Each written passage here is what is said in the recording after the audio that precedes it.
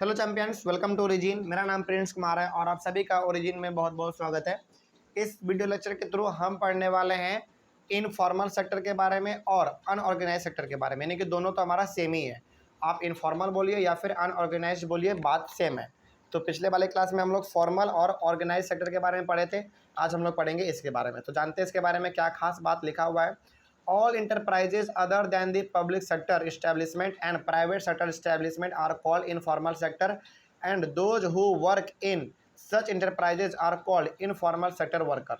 मतलब क्या हुआ इसका मतलब ये हो गया कि जो हमारे प्राइवेट सेक्टर के अंदर नहीं आते हैं और जो हमारे पब्लिक सेक्टर के अंदर नहीं आते हैं, वो हमारा हो गया इनफॉर्मल सेक्टर, है ना।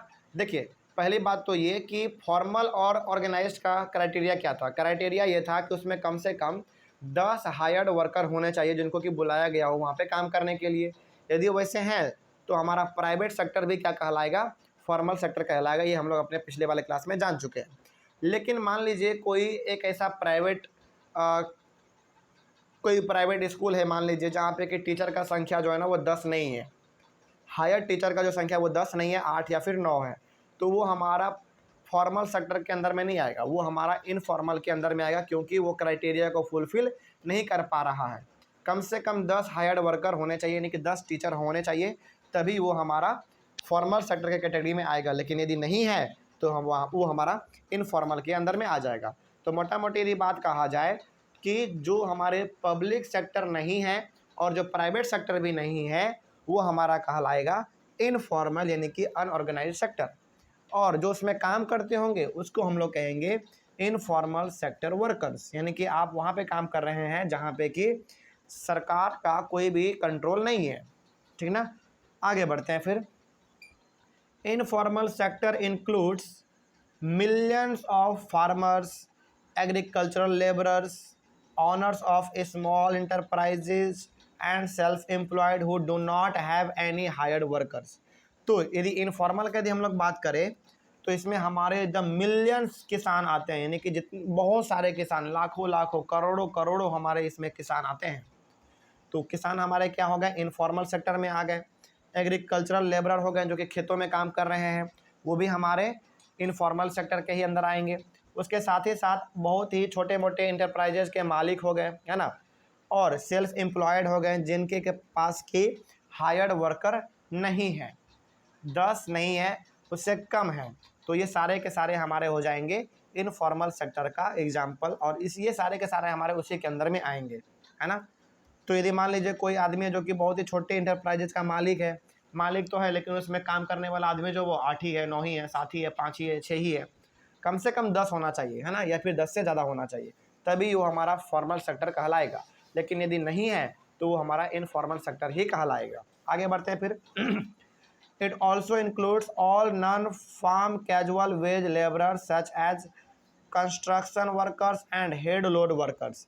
इसके साथ ही साथ हमारे जितने भी नॉन फार्म कैजुअल वर्कर हैं, यानी कि जो कि खेती बाड़ी के अलावा कोई काम करते हैं, जैसे राजमिस्त्री का काम हो गया जो कि कंस्ट्रक्शन वाले एरिया पे काम करते हैं, या फिर हेड लोड वर्कर हो गए जो कि सामान को उठाने का काम करते हैं, उठा के लेके जाने का काम करते हैं एक जगह से दूसरे जगह तक। ये सारे के सारे हमारे इनफॉर्मल के अंदर ही आएंगे, है ना।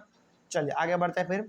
There are about 473 million workers in the country. वही बात है कि हमारे कंट्री में टोटल मेन और वोमेन दोनों को मिला के 473 मिलियन वर्कर हैं, ठीक ना।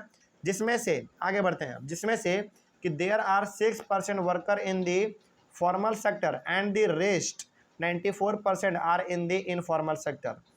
तो जो 6% है ना, 473 मिलियन का जो 6% हमारे हैं वो केवल और केवल फॉर्मल सेक्टर में लगे हुए हैं, और जो बच गए हमारे 94% वो लगे हुए हैं इनफॉर्मल सेक्टर में, यानी कि इनफॉर्मल सेक्टर में वर्कर का संख्या ज़्यादा है इनफॉर्मल में, है ना, वो 94% है।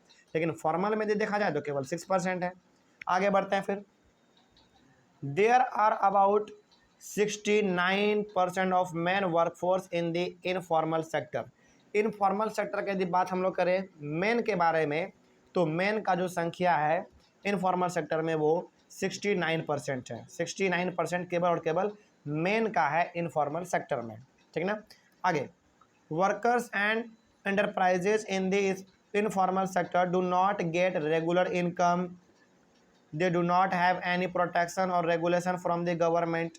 यानी कि जो इंसान या फिर जो हमारे कंपनी या फिर इंटरप्राइजेज इनफॉर्मल के अंदर आते हैं उनको गवर्नमेंट के द्वारा उतना ज़्यादा कोई खास बेनिफिट नहीं मिलता है ना। उनके पास अपना रेगुलर इनकम भी नहीं होता है, साथ ही साथ उनको किसी प्रकार का प्रोटेक्शन भी नहीं मिलता है ना। यदि मान लीजिए आपका छोटा मोटा एक कंपनी, छोटा मोटा एक आपने इंटरप्राइज खोला था, उसमें आग लग गया, तो उसमें सरकार आपको कोई मदद नहीं कर सकता है क्योंकि वो सरकार के द्वारा रजिस्टर्ड नहीं है ना। इसके साथ ही साथ रेगुलेशन उस पर लागू नहीं होता है गवर्नमेंट का। गवर्नमेंट क्या नियम बना रहा है, क्या कानून बना रहा है, उस इनफॉर्मल पे लागू नहीं होता है। वो केवल और केवल लागू होता है किस पे, फॉर्मल सेक्टर पे, ठीक है ना, जो कि गवर्नमेंट के द्वारा रजिस्टर्ड है। तो इनफॉर्मल में आपको मेडिकल लीव भी नहीं मिलेगा, हॉलीडे लीव भी नहीं मिलेगा। यदि आप छुट्टी मारेंगे तो आपके पेमेंट भी काट लिए जाएंगे। तो ये सारा का सारा कुछ आपको इनफॉर्मल में देखने को मिल सकता है। यानी कि इनफॉर्मल जो है ना थोड़ा बहुत पीछे है किससे, फॉर्मल से। आगे बढ़ते हैं फिर। Technology used in the informal sector enterprises is outdated. Informal sector में जो कि गवर्नमेंट के द्वारा रजिस्टर्ड नहीं किया गया है, यानी कि इनफॉर्मल सेक्टर में जो टेक्नोलॉजी यूज होता है वो थोड़ा सा आउटडेटेड होता है, यानी कि पुराना टेक्नोलॉजी इसमें इस्तेमाल किया जाता है, ठीक ना। आगे बढ़ते हैं। Workers of informal sector live in slums. ऐसा हालांकि ऐसा तो होता नहीं है, लेकिन ऐसा पाया गया है कि जो इनफॉर्मल सेक्टर के वर्कर होते हैं, काम करने वाले जो लोग होते हैं इनफॉर्मल सेक्टर में, वो अधिकतर जो है ना स्लम वाले एरिया में रहते हैं, यानी कि झुग्गी झोपड़ियों में वो रहा करते हैं, ऐसा पाया गया है, ठीक ना। आई होप आपको यहाँ तक इनफॉर्मल के बारे में समझ में आ गया होगा। इसके बाद फिर हमारा एक छोटा सा टॉपिक है, इसके बारे में भी हम लोग पढ़ लेते हैं। लिखा हुआ इंटरनेशनल लेबर ऑर्गेनाइजेशन, यानी कि ILO, इंटरनेशनल लेबर ऑर्गेनाइजेशन। इसके बारे में क्या है देखिए यहाँ पे।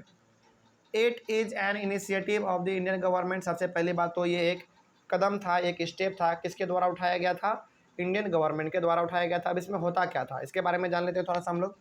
It aims is the modernisation of informal sector enterprises and provision of social security measure to informal sector worker. International labour organisation निकाला गया था इंडियन गवर्नमेंट के द्वारा।